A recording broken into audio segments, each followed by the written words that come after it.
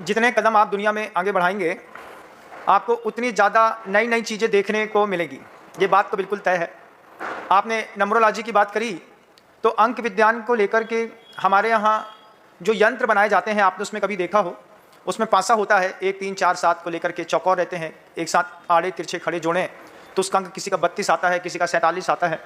तो नंबरोलॉजी की जो व्यवस्था है वो ऐसा मैं मानता हूँ कि हमारे जैन धर्म से ही होकर के कहीं और गई है। अब उसका मॉडिफाई वर्सन होकर के और यहाँ पर आज अपन जिस चीज़ को देख रहे हैं, तो नंबरोलॉजी का प्रभाव पड़ता है, ये बात तो बिल्कुल तय है। फिर मोती पहनने पर यह बात आती है कि हमारा मंगल शांत रहेगा।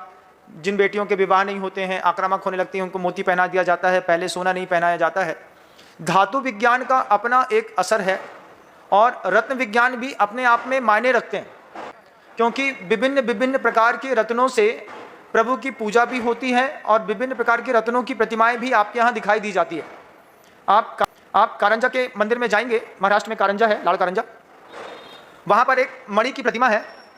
उस मणि की प्रतिमा का प्रभाव है कि उसके ऊपर किए गए अभिषेक से सांप का जहर उतर जाता है।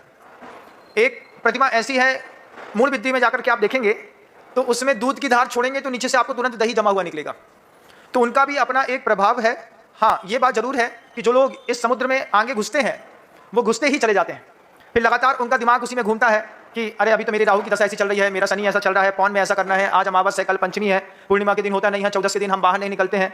लोग इतने ज़्यादा इसमें सेंसिटिव होते हैं, कोई भी काम पौन बजे नहीं करेंगे। उनको आ भी रही होगी तो बोलेंगे पहले 7 बज जाने तो उसके बाद जाएंगे। ऐसे भी लोग दुनिया में मिल जाएंगे। तो इतना ज़्यादा हमको उसमें सोचने विचारने की जरूरत नहीं है। गुरुदेव के साथ रहते हुए मैंने इस बात को समझा है कि किसी अदृश्य कार्य की सिद्धि के लिए, इष्ट कार्य की सिद्धि के लिए गुरुवार अपना स्वर विज्ञान देखते थे, वे गुरुवार या शनिवार देखते थे, और बहुत आवश्यक होता था तो चौघड़ियाँ देख लेते थे। इन 3 चीज़ों को लेकर के अगर आप चलेंगे तो मैं समझता हूँ कि आने वाली विपत्तियों को आप दूर से ही किनारे कर पाएंगे।